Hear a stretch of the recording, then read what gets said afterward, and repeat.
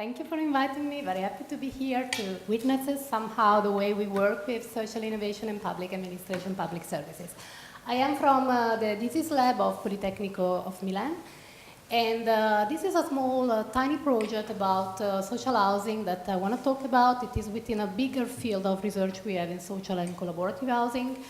And this somehow also, this project somehow also witnesses of the difficulties and opportunities that we have in the relation with the public administration, and in this case in particular with the municipality of Milan. You might have heard that we have had some turbulence in the government in Italy, and unfortunately this impacts a little bit also on the local level. So it takes a while to establish a continuity of relation and also a relation with the public administration. So this project tackled a quite interesting issue because what are the undersized apartments? Undersized apartments are apartments spread around in the public buildings, and so in the social housing and public housing buildings, which have become undersized according to a recent law to be granted to people in need. So apartments below the 28 square meters are not allowed to be given to the people in need or in the list of the public housing.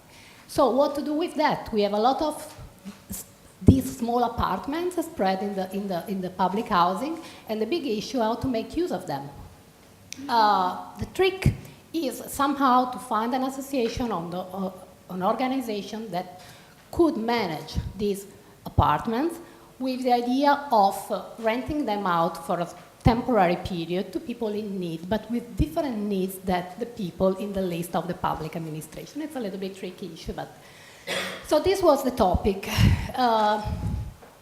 In particular, we decided to, the public administration, the municipality asked us to address a specific target, that is the target of the mom, the single mom in troubles, but with temporary trouble. So moms that have lost a job and who are looking for a new opportunity, but meanwhile they are at the risk, or they risked already, or they lost already their house. So this is the target, and this is the situation. In particular, we decided to work within this neighborhood. This neighborhood is quite a critical one. Quartoggiaro is a neighborhood of Milan. It's a quite tricky place, let's say, where also there are several communities from the world. So the project response. We involved in this project the students of our master in strategic design and another one in social and collaborative housing. We have these two master programs, and we asked them to work for a 3 weeks time, so a very short time, to try to develop ideas for this situation, which are not only housing solution, but also housing and skill training for these moms in needs, for helping them to find new job opportunities and to find a new role in the society. So our main player was the municipality of Milan. They asked us to work with them. Of course, they have the need of finding a solution for these places. They have the need of finding a solution for the mom with this kind of troubles. They have the assets because they own these places, these apartments, which are spread all over the city, and they had the expectation of having from us ideas about how to orient the policy for these apartments. So the idea was to gain from our contribution some vision about how to literally create the public call to allocate these apartments. Another big partner of this project is the Fondazione Housing Sociale, which is the social housing foundation in Italy. We have a long-term relationship with them. We developed together this master course. So both of us are in the, let's say, in the issue of researching about service design and strategic design applied to this kind of problems. Of course, it was us, also the Polymidesi's lab, but we have a specific field of work of research with public and collaborative housing, social and collaborative housing. And so we involved for this project about 25 students for 3 weeks, going through a context analysis, a scenario building, ideas generation, kind of service prototyping, and a debate, a public debate with the public administration and all the local stakeholders. So, of course, we've been using the traditional tools of service design for co-designing with the people, with the different communities, and different design tools if working with the communities or with the civil servants already involved in the organization of these kind of issues. So the role of design was in particular the one of using service design approach to rethink these places. So before all, try to understand the kind of service that these apartments could have provided to the community, not only to the specific target, but to the buildings and to the neighborhood the buildings are. We came out with 6 ideas, all of them slightly different.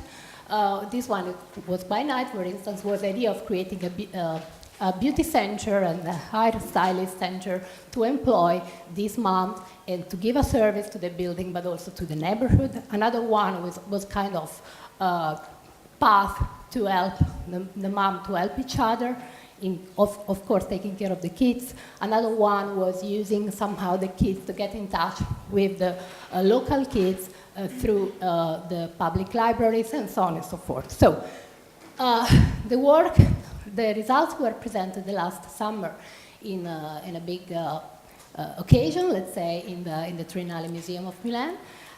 We had a very good feedback from the institution. We must say that even in the short time, right after this work, the public institution issued a call, a public call for the use of these spaces, which was very much inspired by this work. But we believe this is just the beginning of, we hope this is just the beginning of a longer path together. Thank you. I'm interested in the relationship between sort of social innovations and social enterprise. So in the examples that you gave there about the beauty centre, which on the one hand serves to create employment for certain groups and also adds to the connectivity, social cohesion and services of that housing development.